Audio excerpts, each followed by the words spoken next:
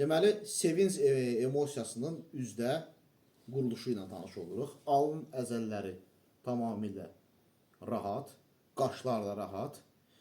Aşağı necə deyirlər, göz qapaqları yuxarıya doğru qalxmış və qırışlı.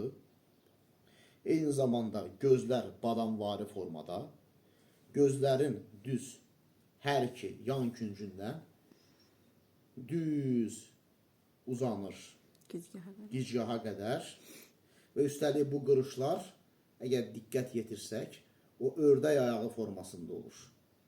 Görürsünüzmü? Baxırsınızmı? Daha sonra yanaqlar qalxmış formadadır. Baxın, diqqətlə baxın. Ağzın kənarı aşağıya doğru və almacıq sümüyünə doğru neyib? Qalxıbdır. Arxaya bax. Arxaya və necə deyirlər?